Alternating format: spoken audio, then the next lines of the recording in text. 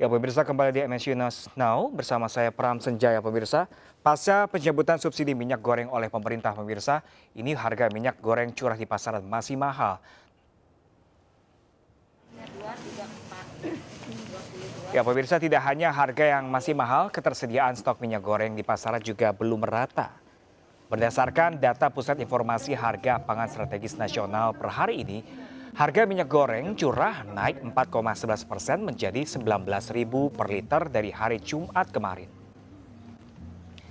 Sementara itu pemirsa, harga minyak goreng kemasan bermerek naik 0,19% menjadi Rp26.000 per liter dari hari Jumat pekan lalu.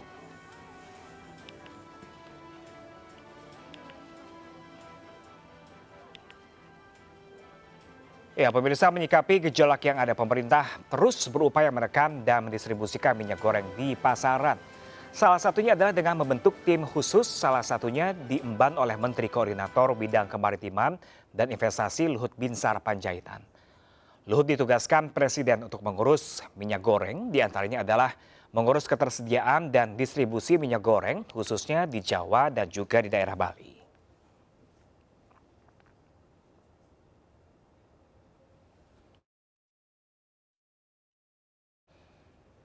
Ya pemirsa, pemerintah mengambil sejumlah kebijakan terkait masalah minyak goreng. Di antaranya menetapkan harga minyak goreng curah serta akan menindak tegas oknum perusahaan yang melanggar kebijakan. Pemerintah menghimbau agar para pelaku usaha tidak perlu khawatir selama tidak melanggar ketentuan dan menjamin bahwa para pelaku usaha dapat tetap berjalan dengan aman.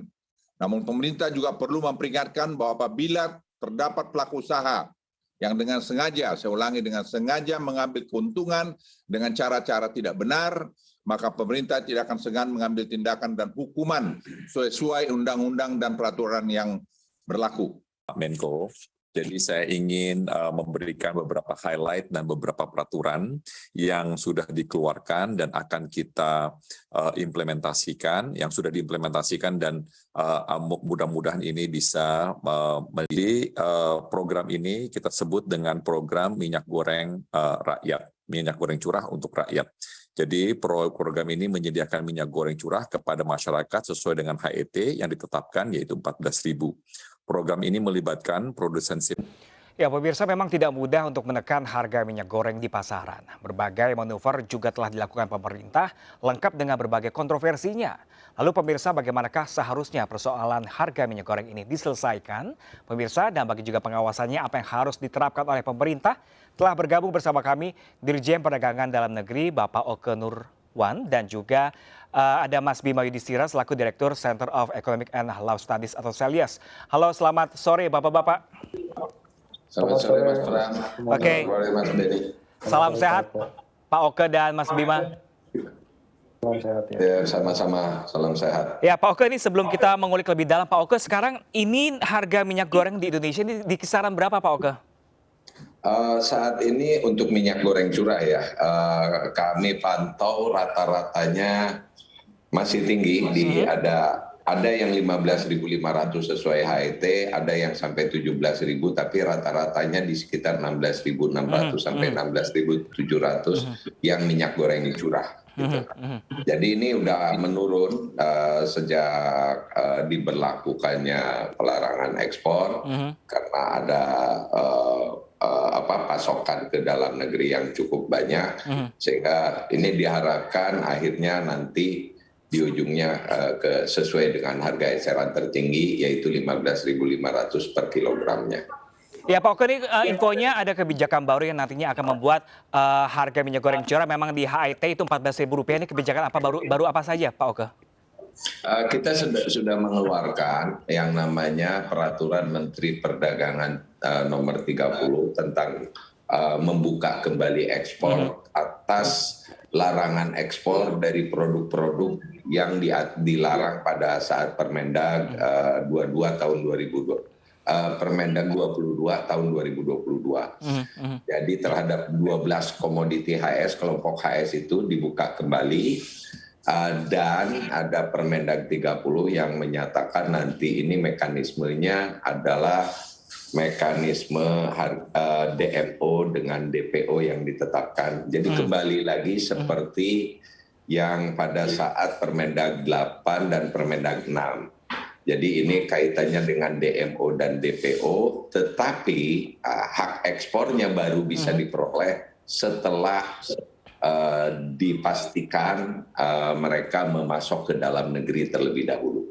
Ya Pak Oke, artinya ini kebijakan baru domestik, atau ini bukan kebijakan baru sebenarnya, domestic market obligation dan domestic price obligation ini sebenarnya sudah pernah diberlakukan juga di Indonesia? Ya betul, sudah diberlakukan dengan era Permendag nomor 6 dan Permendag nomor 8 tahun 2022. Hanya ada perbedaannya kalau pada saat itu minyak goreng curah ditetapkan dengan harga 11.500, maka saat ini minyak goreng kemasan tetap dibuka dan minyak goreng curah harga eceran tertingginya di 14.000 di tingkat masyarakat per liternya atau setara dengan 15.500 per kilogram. Tetapi perbedaannya yang kali ini adalah kepada para eksportir wajib deliver dulu atau menyerahkan dulu minyak gorengnya kepada masyarakat. Setelah divalidasi mereka baru bisa mendapatkan hak ekspornya. Nah, kita ke Mas Bima. Mas Bima, dengan kebijakan adanya DMO dan DPO ini yang lebih misalnya lebih ditingkatkan seperti ini, menurut tanggapan dari Selyo seperti apa? Ini sudah tepat belum? Ya, sebenarnya ada beberapa catatan ya. Yang pertama, sebenarnya pemerintah juga beberapa kali mengakui bahwa pasca pelarangan dari ekspor CPO saat itu kondisi pasokan, khususnya untuk RBD Olen kan sebenarnya cenderung berlimpah. Jadi artinya apakah masih diperlukan kebijakan DMO? Mungkin keperluannya adalah mengantisipasi pengusaha tidak keburu melakukan ekspor CPO dan bahan baku minyak goreng secara berlebihan ya. Pasca pencabutan ekspor CPO. Tetapi ada yang lebih krusial, jadi bicara soal pasokan satu hal, tapi yang kemudian sering disebut akhir-akhir ini salah satunya oleh Menko Marves adalah permasalahan tata niaga, permasalahan distribusi.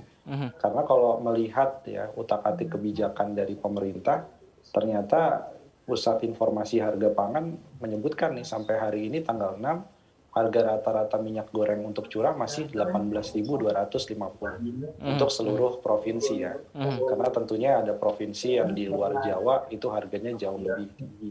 Artinya jauh lebih tinggi dari Jawa, apalagi dibandingkan harga eceran tertinggi. Jadi sarannya sebenarnya adalah bagaimana mengurai ini masalah distribusi khususnya. Kemudian apakah Bulog ya yang dari dulu sebenarnya diinginkan untuk masuk untuk melaksanakan intervensi terkait dengan distribusi, ini bagaimana sejauh ini progresnya.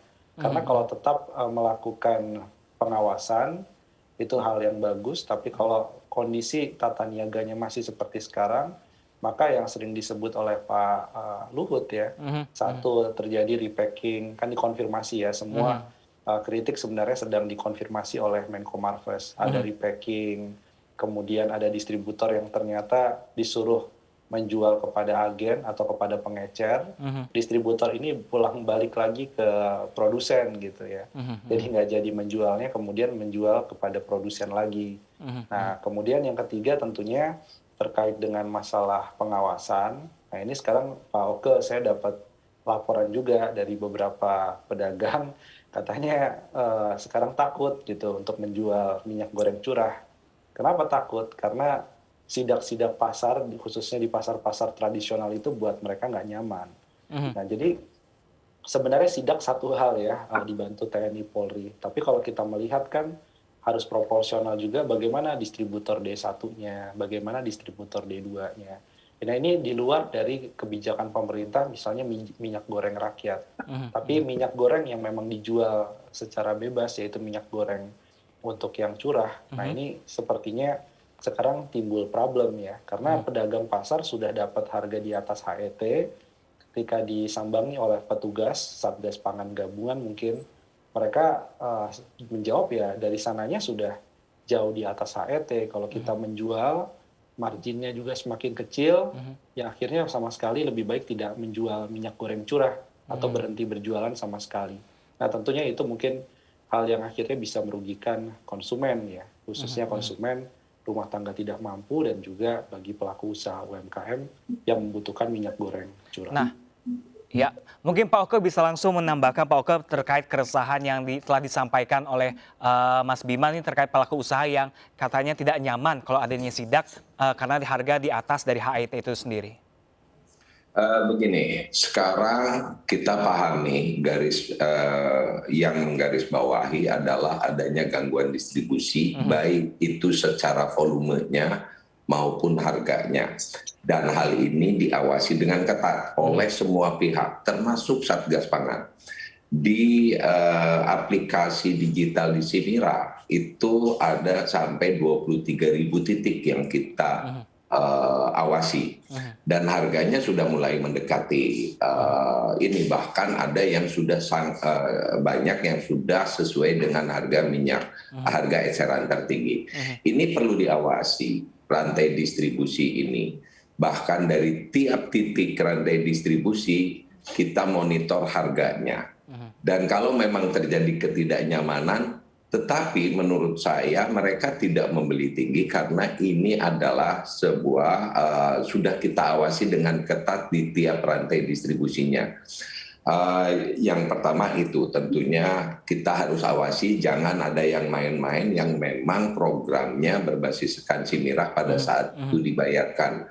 Selisih harganya dari harga keekonomian sehingga setiap titik kita kontrol harus sesuai dengan harga yang ditetapkan. Mereka menjadi tidak nyaman karena tadi mereka berharap perhitungan dari harga keekonomian itu mungkin tidak sesuai dengan biaya operasional mereka dan sebagainya sehubungan dengan gangguan-gangguan di distribusi. Kami sudah melakukan diskusi panjang bagaimana para pedagang ini agar nyaman, terutama di pedagang eceran di tingkat pasar tradisional. Karena mereka mendapatkan beban-beban tambahan, ongkos angkut lah, biaya keamanan lah, dan sebagainya. Sehingga di setiap titik distribusi kita bekerja sama dengan Satgas Pangan supaya tidak ada beban-beban tambahan terhadap para pedagang ini.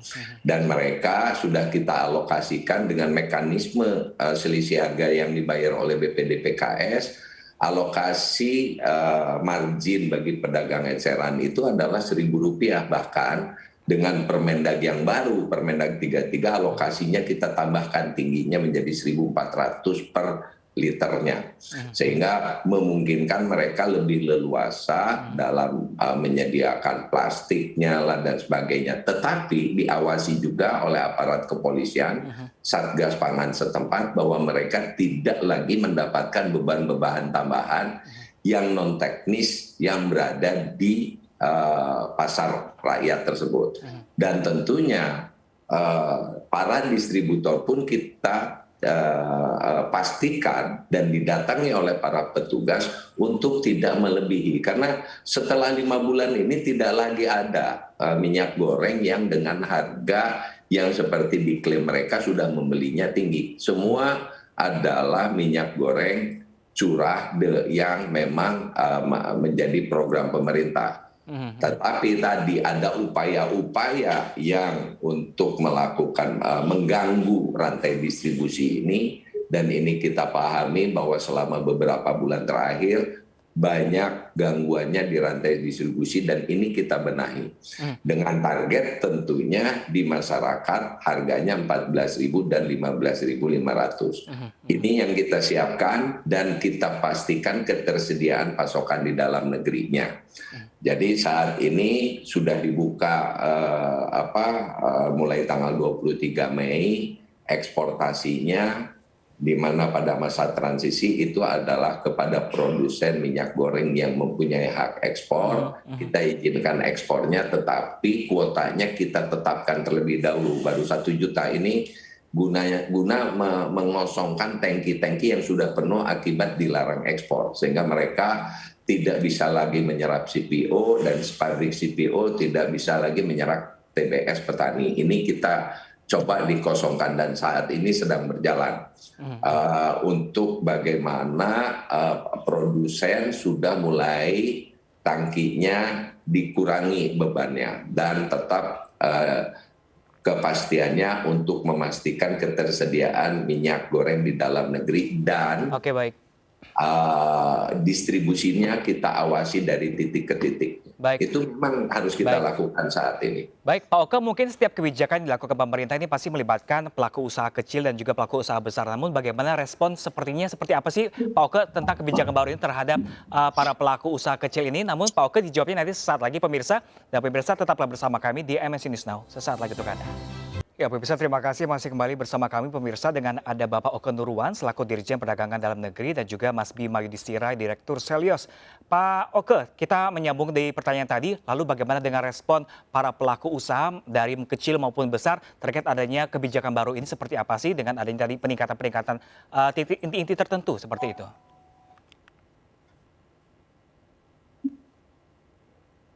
Ya Pak Oke. Oh, saya pikir saya mau mendengarkan ada respon dari pelaku usaha. Nah, jadi pada saat ini, ya sejauh ini sangat kondusif. Bahkan tadi saya sampaikan yang diawasi Satgas Pangan itu bukan hanya dari mereka kewajiban harganya, tetapi ada beban-beban juga yang mereka terima. Seperti non teknis di pasar, Pak. Jadi non teknis di pasar itu ada gangguan lah, ada pungutan lah dan sebagainya. Itu yang kita amankan. Itu yang kita fasilitasi kenyamanan para pedagang dalam mendistribusikan minyak goreng curah. Karena salah satu alasannya bukan hanya karena mereka sebelumnya itu mendapatkan harga tinggi dari distributor yang sekarang kita awasi setiap titiknya dengan ketat, tetapi mereka juga ada gangguan-gangguan lain. Dan ini sudah kami koordinasikan dengan Satgas Pangan setempat dan memastikan bahwa kenyamanan mereka dalam mendistribusikan harga minyak goreng curah dengan harga eceran tertinggi itu aman. Dan dipantau dari 23.000 yang disalurkan melalui Simira, angkanya cukup rendah, rata-ratanya di 16.300. Jadi bahkan ada beberapa daerah yang sudah 15.500 sudah menyentuh, dan itu di 23.000 titik yang dipantau hariannya oleh Satgas Pangan Polri. Sehingga selain mereka memantau dalam rantai distribusinya, ya gangguan-gangguan teknis itu responnya cukup baik dari bagi para pelaku. Tetapi ya memang pada saat ini mereka ini dihadapkan pada keterbatasan pasokan supaya merata dulu. Jadi dibatasi pembelinya hanya 2 liter misalnya dan sebagainya. Itu yang ini. Tapi saat ini kondisinya membaik, secara nasional sudah mulai terdistribusi, walaupun ada daerah-daerah tertentu yang ditugaskan kepada produsen, ada yang belum dipasok, ada beberapa provinsi. Sehingga di kebijakan terakhir ini kami memberikan insentif bagi daerah-daerah yang memang pada saat pemberlakuan kemarin itu terjadi harga tinggi karena pasokannya masih kurang. Jadi itu sekarang kita pastikan, bahkan kita berikan insentif bagi distributor atau produsen yang memasok ke daerah-daerah tersebut. Kita keluarkan nih kebijakan seolah-olah mereka itu misalnya kewajiban DMO-nya itu akan diberikan insentif dengan angka pengalih khusus manakala mereka memasok ke daerah-daerah yang daerah distribusinya jauh. Sehingga jadi istilahnya ada reward ya Pak Oke ya? Ada kompensasi lah, ada kompensasi. Jadi kalau kewajibannya nanti 1.000 liter gitu kan, kalau ke daerah Papua misalnya, ya cukup tidak perlu sampai 1.000 liter, tapi kita anggap DMO-nya sebagai 1.000 liter. Di situ adalah terjadi insentif untuk karena daerah kepulauan misalnya memerlukan, walaupun itu minyak goreng curah, perlu dikemas secara khusus karena kalau antar pulau kan tetap harus pakai jerigen dan ongkos angkutnya berbeda dan sebagainya. Jadi ini sudah kita pertimbangkan matang dengan kebijakan yang terakhir ini, sambil menyeimbangkan juga karena ada larangan ekspor kemarin, Betul. kita berusaha membuka secara hati-hati eksportasinya dengan tetap memastikan pasokan di dalam negeri. Oke, kita ke Mas Bima. Mas Bima, dengan penjelasan Pak Oke tadi, apakah ini bisa menjawab keresahan yang tadi Mas Bima bilang para pelaku usaha yang tidak mau berdagang dengan adanya penjelasan tadi, bisa nggak mungkin nanti ke depannya para pedagang bisa untuk berdagang dengan tenang dan aman, dan juga dua pihak penjual maupun pelaku pembeli juga ini memberikan rasa kenyamanan seperti itu. Kira-kira bisa memberikan hal itu tidak?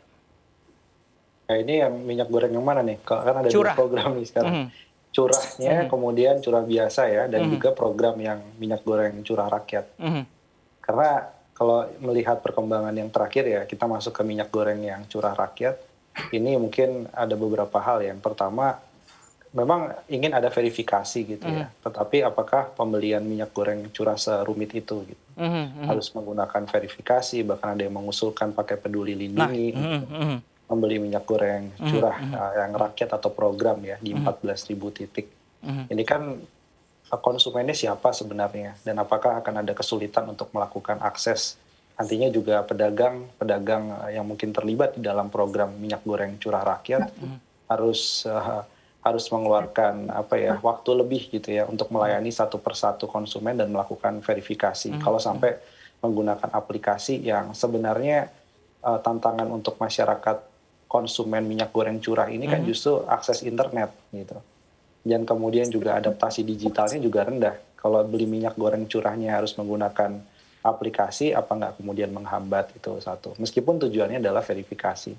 Kemudian yang kedua, kalaupun sebenarnya ada integrasi pendataan, kan sudah ada data terpadu kesejahteraan sosialnya Kemensos ya. Itu adalah data orang-orang yang memang selama ini menerima bantuan pemerintah. Kalau ini adalah program gitu ya, minyak goreng program. Jadi lebih baik diintegrasikan dengan data yang ada, bisa juga dari data kemarin hasil bagi-bagi bansos usaha produktifnya usaha mikro, itu datanya mungkin bisa digunakan kepada penerima yang sifatnya adalah UMKM. Jadi itu, tapi untuk saya setujunya begini, yang saya dukung adalah sekarang ini untuk berjualan ataupun memproduksi minyak goreng, memang Indonesia regulasinya makin ketat. Tapi ini mungkin salah satu shock terapi juga yang dibutuhkan ya, harus registrasi ke aplikasi milik pemerintah, kemudian ada pelacakan. Itunya saya dukung. Tapi dulu kalau tidak salah, pemerintah sendiri juga pernah ingin merubah ya minyak goreng curah menjadi minyak goreng kemasan sederhana. Karena tujuan dari minyak goreng kemasan sederhana itu kan lebih mudah diawasinya. Jadi kalau misalkan ingin konsisten lagi, ini waktunya mungkin merupakan waktu yang cukup tepat ya untuk berubah menjadi minyak goreng kemasan sederhana. Setidaknya secara bertahap lah, 40-50% dari pasar curah dirubah menjadi minyak goreng kemasan sederhana. Bulog terlibat di situ, silakan si produsen minyak goreng mungkin harus registrasi di aplikasi tertentu. Tapi intinya kalau masih bentuknya curah, ya nanti apa yang kemudian disangsikan sendiri sama Menko Marves gitu ya. Susah pengawasannya, ada repacking dan lain sebagainya. Nanti muncul lagi masalah-masalah terkait di rantai distribusinya. Oke, Pak Oke ini terkait minyak goreng curah rakyat yang sebelumnya menggunakan KTP, nanti akan juga dilakukan menggunakan aplikasi Peduli Lindungi. Ini sebenarnya sistem kerjanya seperti apa sih Pak Oke? Apakah serumit itu? Ini adalah kegiatan yang sifatnya sementara sebelum tadi yang sempat disampaikan ke Pak Bima bahwa nantinya itu kita akan beralih ke kemasan sederhana. Mungkin mereknya akan kita tetapkan. Yang ada saat ini kalau minyak goreng kemasan sederhana itu adalah milik hak patennya, brandnya itu milik pemerintah adalah minyak kita.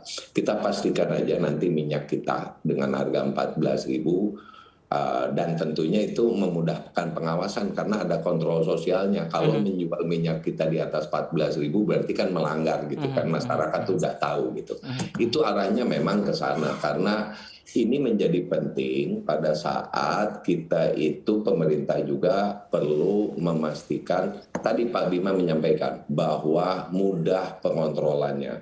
Karena minyak goreng curah ini sangat sensitif terhadap harga bahan baku. Begitu harga bahan baku naik, minyak goreng curah itu akan naik dan masa pakainya pun sebentar. Berbeda dengan minyak goreng kemasan. Dia bisa di atas 1 tahun umur pakainya, sehingga pengendalian harga pun, stok pun mudah diawasi. Tetapi saat ini adalah sementara, dan memang ini dengan segala keterbatasannya, saat ini kan belum bisa memasok ke seluruh pelosok tadi, sehingga kita memerlukan berbagai insentif untuk bisa pasokan ke ini. Sehingga sebetulnya kalau kondisi normal kita nggak akan membatasi pembeliannya itu. Tapi kita juga tahu dari data BPS bahwa konsumsi masyarakat tuh nggak jauh dari per kapita ya, nggak sampai 1 liter per bulan per kapita gitu kan. Tapi artinya saat ini kita pastikan, bahkan kita targetkan bulan Juni ini ketersediaan di dalam negeri itu sampai 300.000 ton, atau katakanlah kalau kita ini 300 juta liter gitu kan. 300 juta liter itu melebihi dari kebutuhan minyak goreng curah yang hanya 200 juta liter, tapi kita targetkan lebih. Nah, dalam hal ini ada pembatasan, jangan sampai, karena kenapa maksud dari pembatasan ini, jangan sampai ini dijadikan spekulasi lagi, karena tadi nanti ada upaya-upaya oknum-oknum tertentu untuk mengumpulkan dan digunakan untuk hal lain, sehingga pembatasan ini tidak lebih daripada karena ini kita tahu selisih harga yang terlalu tinggi antara harga internasional dengan harga di dalam negeri saat ini aja. Kalau kita anggap 14.000 dengan 25.000 itu ada 11.000, dan itu bisa dimanfaatkan oleh oportunis di dalam negeri yang mengganggu distribusi dan memastikan bisa menjadi pengumpul dan sebagainya, dengan tujuan tentunya tidak tersalurkannya secara penuh kepada masyarakat. Terkait tadi subsidi, memang pada saat ini pemerintah sudah menjalankan dua jenis subsidi. Subsidi terhadap barangnya harganya 14.000, dan juga subsidi kepada mereka yang membutuhkan kepada orangnya dengan bentuk BLT, di mana disalurkan langsung kepada keluarga penerima manfaat BLT, kan kita per keluarga kita hitung perlu 100.000 atau 100.000 per bulan, dan kita serahkan 3 bulan. Jadi saat ini berjalan 2. Jadi mereka yang sudah dapat BLT membeli lagi harga minyak goreng dengan 14.000, tentunya menambah daya beli masyarakatnya. Jadi ada dua tahap berjalan. Yang kemarin kita salurkan secara langsung 3 bulan khusus untuk BLT kepada keluarga penerima manfaat, kurang lebih 23 juta gitu kan, 23 juta dengan masing-masing ya. Kalau yang 20,5 juta itu 300.000 selama 3 bulan diberikan sekaligus. Artinya itu sangat cukup untuk ketersediaan minyak goreng, apalagi kalau dibelikan minyak gorengnya dengan harga yang 14.000, tentunya sangat cukup untuk satu keluarga. Oke, Pak Oke, berarti dengan adanya kebijakan baru DPO dan DMO ini, efektifkah nantinya akan menjaga kestabilan harga minyak goreng dan ketersediaan minyak goreng di Indonesia? Kalau menjaga ketersediaan pasti tersedia. Ya, pasti tersedia dengan mekanisme kebijakan yang sudah ada, itu pasti tersedia. Permasalahannya apakah harganya terjangkau, gitu kan. Nah, ini yang sedang kita pastikan adalah mekanisme minyak goreng curah dengan harga terjangkau 14.000 per liter atau 15.500 per kilogram. Ketersediaan ada, bahkan saat ini tidak ada daerah yang menyatakan kekurangan. Tetapi tadi kalau harga kemasan harganya tinggi, tapi bagi masyarakat dengan penghasilan rendah tentunya memerlukan minyak goreng curah dengan harga terjangkau. Oke, baik. Baik, Mas Bima, mungkin Mas Bima terakhir nih dari segala kebijakan yang pernah dilakukan oleh pemerintah, ini saran dari Selyos sedikit aja mungkin terakhir apa, Mas Bima, boleh? Ya, yang jelas sekarang ya tolong diperbaiki masalah distribusi ini, kemudian dukung audit ya. Kita tentu berharap audit ini bukan hanya untuk internal pemerintah, tapi juga bisa dipublish kepada masyarakat. Ya. terutama audit terkait dengan harga. Jadi pasokan iya, tapi juga tentunya soal harga. Selama ini masalahnya di mana gitu, di daerah-daerah mana, titik daerah mana yang kemudian terjadi penggelembungan harga, dan distributor skala besar mana yang kemudian harus bertanggung jawab dalam permainan atau meraup margin yang tidak wajar gitu ya, di tengah masyarakat memang membutuhkan.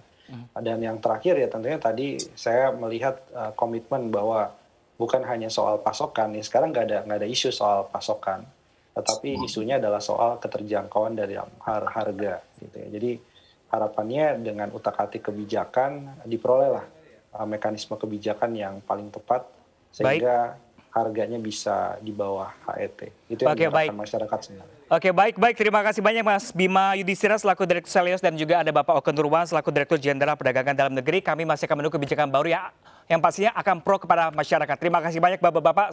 Selamat sore dan salam sehat selalu. Selamat sore. Selamat sore Mas Pram, terima kasih. Mas Bima, terima kasih masukannya menjadi catatan bagi pemerintah. Terima kasih. Baik, terima kasih banyak Bapak-bapak. Dan pemirsa MNC News Now masih akan kembali sesaat lagi untuk Anda. Tetaplah bersama kami.